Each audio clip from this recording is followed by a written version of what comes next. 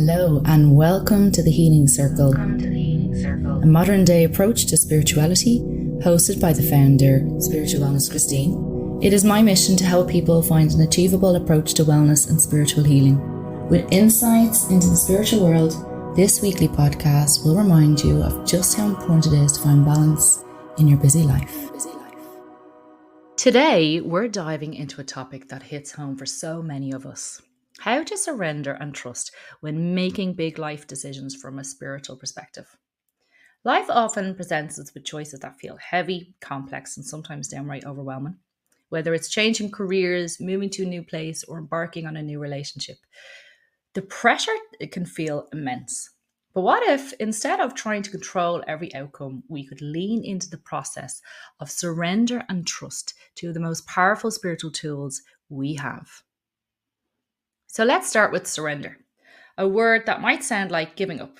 The first thing I think of when I hear the word surrender is army, white flag, and everyone surrendering.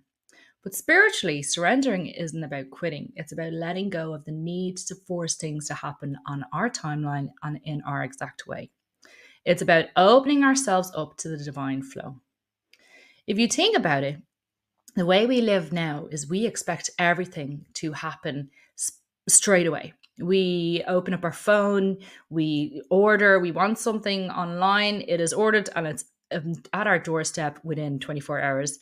If we send an email, we expect a reply straight away.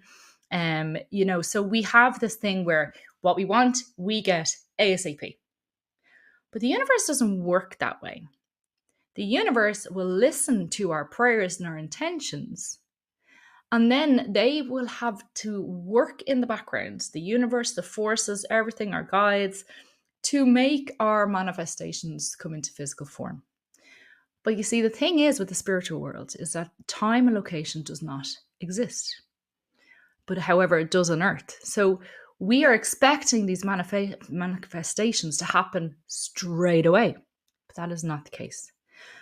When we face major decisions, we often meet with fear, uncertainty, and the need to control outcomes. The ego tells us that we must have all the answers. It's what guarantees certainty and to know exactly how things will turn out. But the spiritual path invites us to let go of that need and instead trust that there is a higher wisdom guiding us. The higher wisdom will give us what we need when we need it, not when we decide we need it, when we need it. So it's important to recognize that surrendering doesn't mean inaction either. It's not about sitting back and waiting for things to magically appear or fall into your lap. Surrender is about doing your part, so taking aligned action and then releasing the attachment to the outcome. One of the ways we can surrender is through praying, or it's intention setting, or manifestation, which is now the buzzword now. If you're facing a major life decision, take a moment to pause, breathe, and ask for guidance from your higher self, the universe, or whatever divine force you resonate with. Ask for clarity and then allow space for that clarity to come in. Space is the big thing, but the surrendering takes time. How do we work through the fear when we're trying to surrender? A lot of people, when we're making life decisions, say we're making a career change, or I'll give you my example. I left my full-time pensionable job, started this spiritual wellness business. I knew in my heart and soul, this is what I wanted to do. I wanted to serve others. I wanted to my mission really is to awaken the power within everyone that listens to me, remembering that who they are and what they've come here to do. And I still had, though, 4 kids to look after, a mortgage, was in debt. And, all that was running against me. And yet I still wanted to just leave everything and just follow my heart. So we have to line our ducks in a row. So how I did that is starting putting my idea into action. So started looking at my finances and started paying off loans. Started renegotiating with the bank, see if I can get a better deal on my mortgage, etc., etc. The other thing is to get the people that are closest to you, that are living with you, to be on your side. Um, Often when in a relationship, one person has the dream and the other person is the grounding force. And it's exactly the way it is with me and my husband. If I had my way, I would have sold my house and moved to Amazon jungle a long time ago. But my husband's like, what about the kids and their education and all that boring stuff? And I'm like, true. Okay, I'll wait. Um, and I've had to sit with that because sometimes I've gotten frustrated because I've had all these ideas and like, let's go, let be free. And he's just like, nope, he's the grounding force and making me come back to reality. And I've had to sit with that and go, do you know what? We're together for a reason. And it's because I need this grounding energy in my life because I would have flown off into higher consciousness by now. So in a way, that's a blessing. But I had to have my partner on board. And he's a natural born worrier, is what I call him. He worries about everything, money, everything like that, and mortgage and bills and blah, blah, blah. Where I'm like, I am from that side of it's grand. Money will just materialize. It's fine. Trust in the universe. I am that annoying, very positive partner.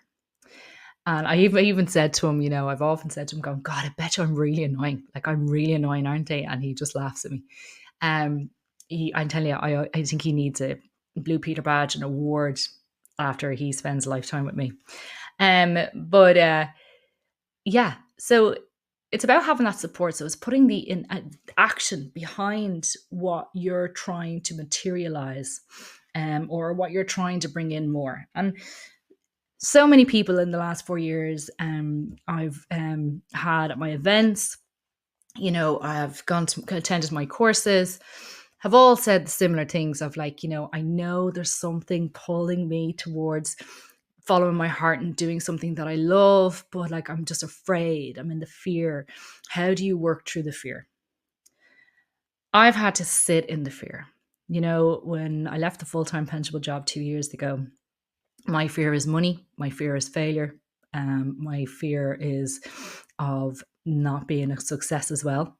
It's being afraid of success. So failure, what is it? Fear of success, fear of failing, and also fear of money. So I had to work through those three fears the last 2 years. And I'll give you an example of the fear of money. Okay, so being a new business, it can fluctuate through the seasons.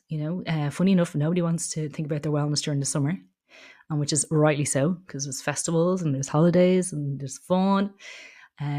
Autumn, yeah, everyone wants to turn inwards, therefore their wellness. They want to look after themselves during the winter months. Through spring, and then in summer, it gets a little bit slower.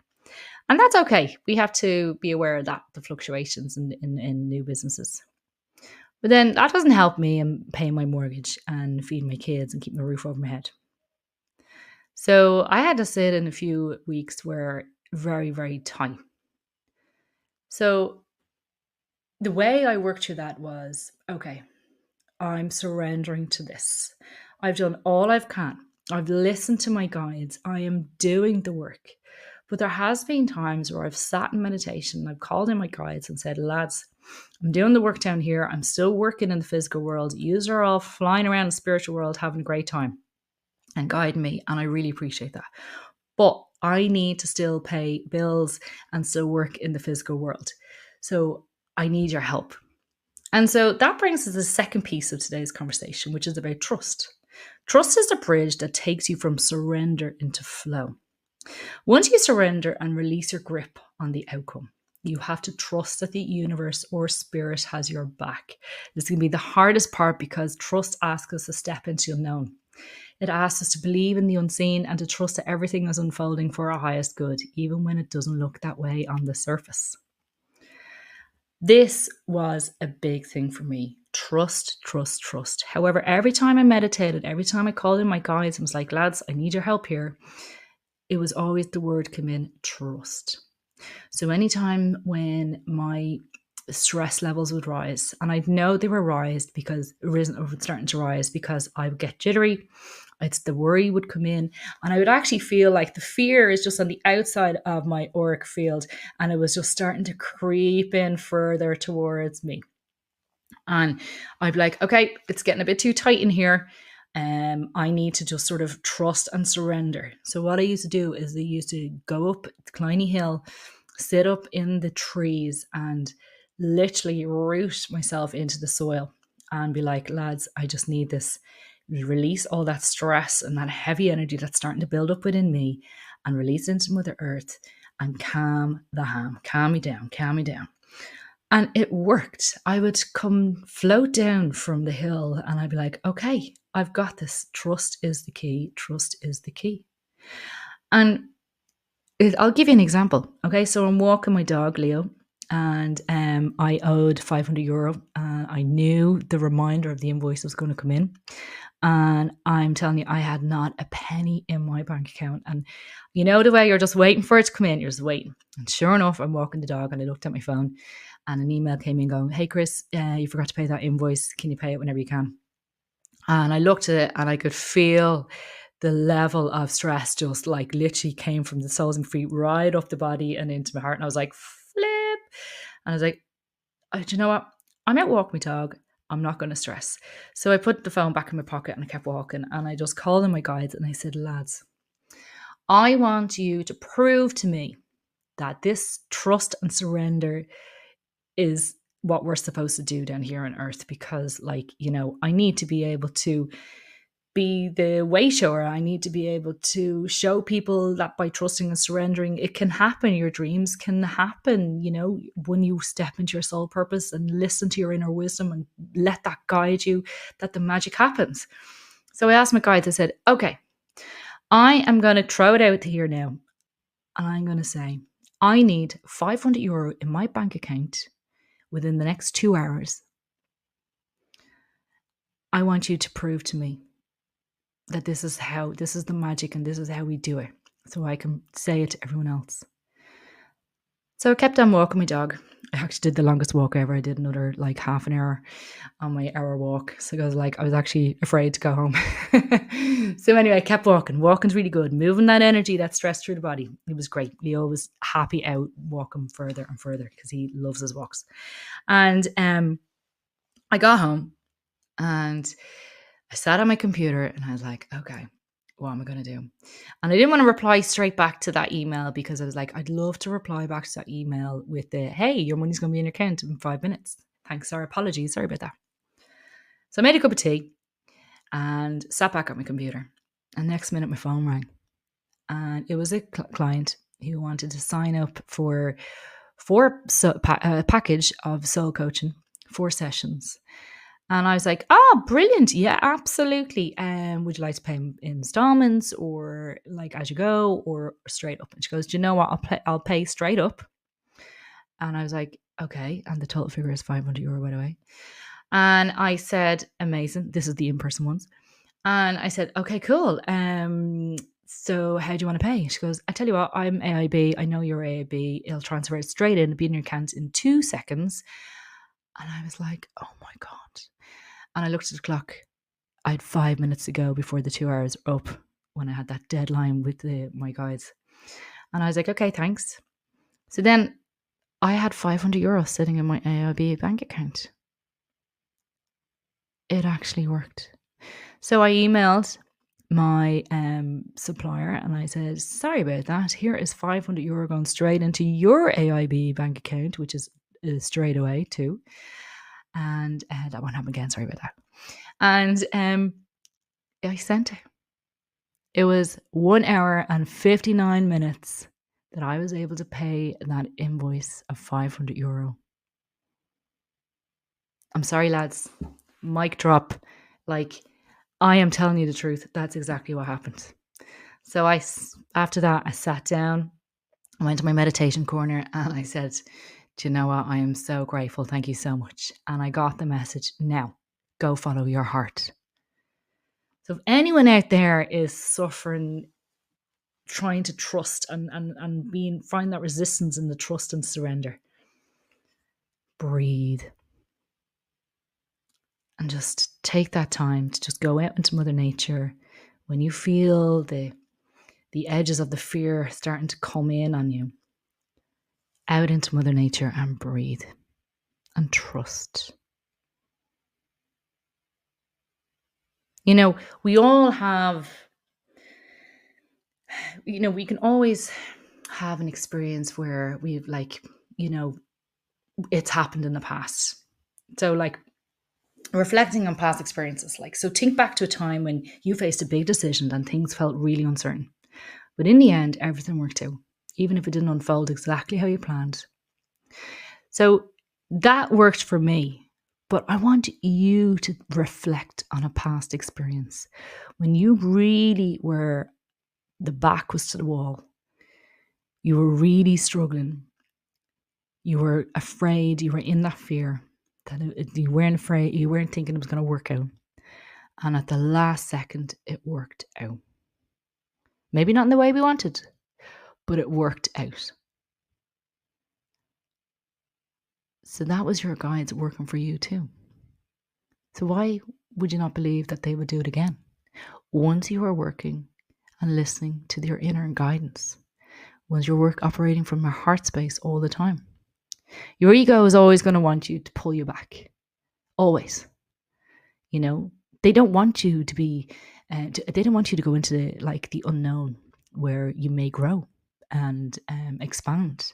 They want you in the comfort zone so that you play safe and you don't grow. And you are in that small little box and you're left on that shelf. And then when you're 80 years of age and your grandkids ask you, do you regret anything? And you say, I regret a few things that I didn't do because I didn't listen to my intuition. I didn't trust and I didn't surrender. So one major tool to come out of today is the importance of meditation and grounding. Connecting with your body and your breath. Connecting to Mother Earth centers yourself in the present moment, which is where the trust lives. When you're grounded, it's easier to feel connected to that deeper sense of knowing rather than getting lost in the mind's fear of the unknown. I also had in one of my clients, my soul coaching sessions, one of my clients coming in and they were actually getting bullied in work, and it really, really triggered them. And through the jigs and the reels, when we got down to nitty gritty, it was a job that they didn't even want to be in. They just took it because they were in the fear. And they wanted to do more creative projects, and because they were very creative. But in this job, they weren't reaching their full potential. And so like that, when we're in an environment that doesn't expand us, doesn't let us reach our full potential, eventually your soul will come knocking in the form of little triggers. This rattle from within will start. And every time you walk into that environment, you will get triggered and you'll get upset and the anxiety will start building up. And that is your soul saying, okay, you need to make changes. So when this client came to me, they were really, really suffering. So we worked through what it would be like to leave their current role. And we discovered the fear again of failure, fear of the unknown, and the fear of money. And because I had worked through these, I was able to help them work through the process. And they left the session and I wished them well. And we did 4 sessions and they worked through everything. And I got a message about 2 months later saying that, thanking me, because when they left their job and they stepped into the unknown, it helped them create space to design a life that they really wanted. And they ended up starting their own business in the creative industry. And they are doing really well. So there's a few key takeaways. The first one is, if we're facing a big life decision, first one is create space for stillness. Take a few moments each day to sit in meditation or simply breathe deeply, focusing on releasing tension. Let go of the mental chatter and connect with your heart center. Number 2, set an intention of surrender. Speak it out loud. I surrender this decision to the highest good. I trust that the universe is guiding me towards what is best for my soul. 3. Look for signs and synchronicities. Often, when we surrender and trust, the universe responds with signs, a song on the radio, a conversation, or a feeling that gives us clarity. Stay open to these nudges. Number 4, you need to take aligned action. After you've surrendered and trust, don't be afraid to take the next step. Even if you don't know where the entire path will lead, trust that each step will reveal the next. As we wrap up, I want to leave you with this thought.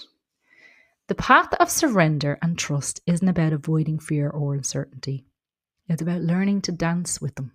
It's about realizing that life is a co-creation between your actions and the greater divine forces at play.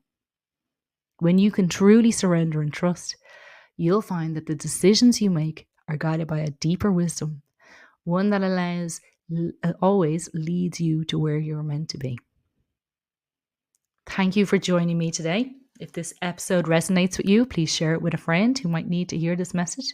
And don't forget to subscribe for more insights on aligning with your soul's purpose. Until next time, keep trusting the process and remember, you are always divinely guided.